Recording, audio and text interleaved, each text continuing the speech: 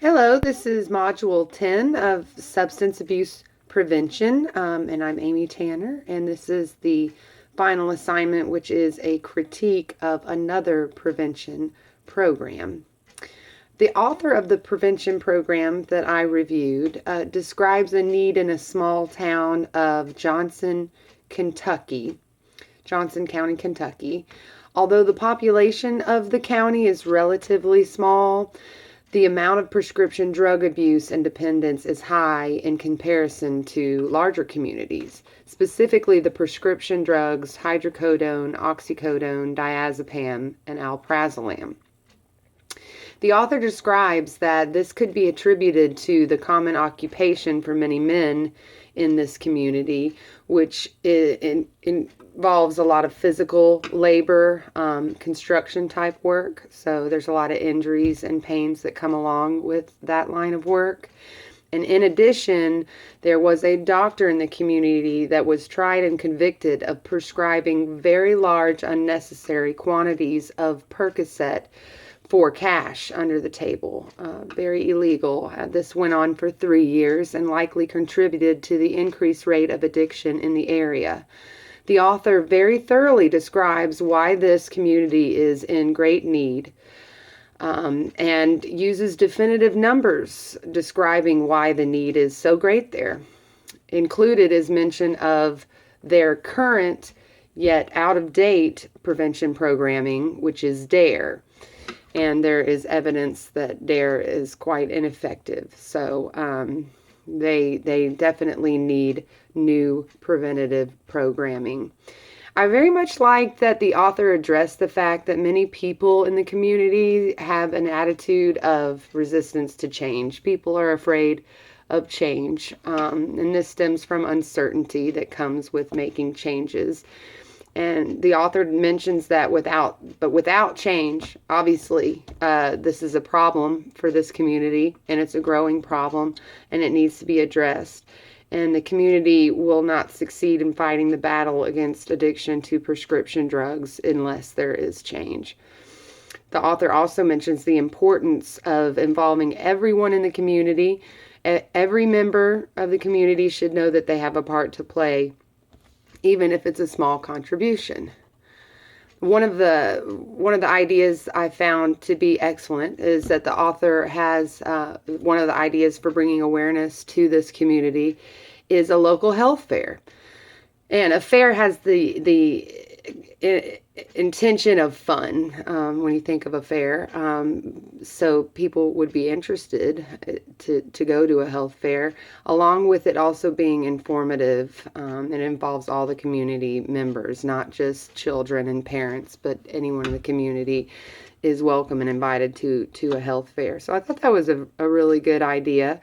And the idea for a central depository in the community is a good idea, in my opinion, but this could be a public library. The author describes a place for holding all the information regarding the preventative programming and regarding the need in the area.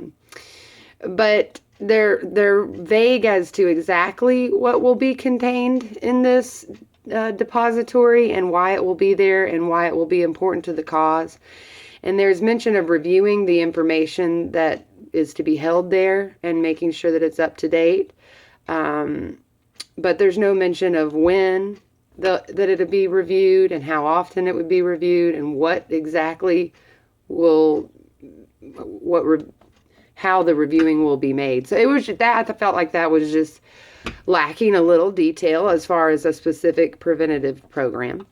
But another area for improvement that I noticed for the program is that in the beginning, the author describes the main ages of the people abusing prescription drugs or suffering from addiction as being 20s and 30s. And I understand that a prevention goal is to stop addiction before it ever even happens.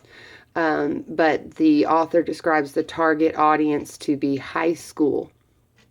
And I think that might not necessarily, I mean, that's definitely an audience for strong preventative measures. But if the 20s and 30s are the largest amount of people affected in this area, then efforts to specifically target 20s and 30s audience could be made.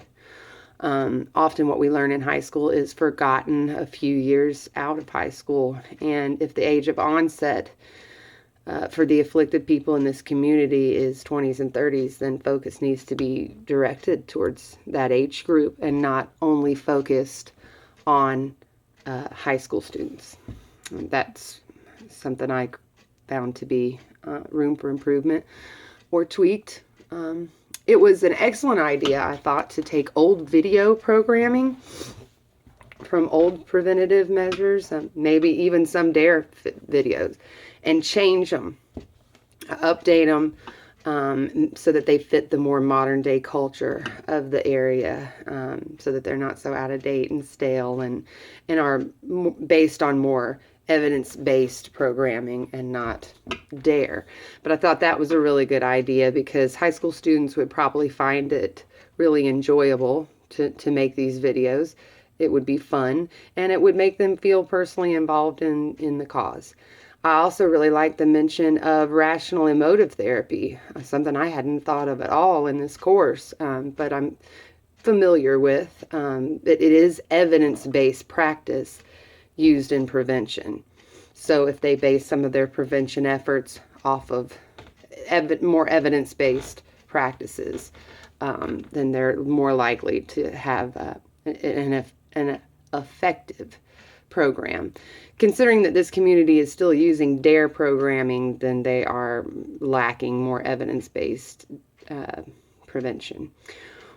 When making changes using evidence-based practices, there is less uncertainty. So the fear that he mentioned, or the apprehensiveness from to make changes, is lessened if it's based off of evidence-based practices.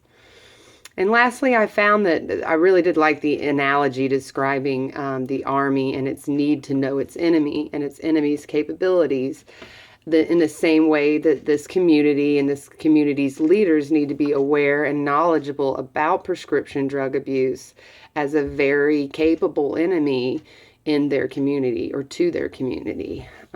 In conclusion, the author is a very good writer. The program was descriptive, and the way they described the needs, the building capacity, planning, implementing, and evaluating was interesting and engaging. I appreciated that. It was not boring to read this program plan. However, there were a few areas that could have been more specific as far as when it's going to be reviewed, how often, and what is going to be the comparison as, okay, why do we throw this out? And why do we keep this? And also a target audience that might have been overlooked. The 20s and 30s audience, I feel like that might be overlooked and could be a big target audience for prevention in this community. So that is my critique of this author's preventative program, and I enjoyed the class, and thank you very much for the opportunity to learn and grow.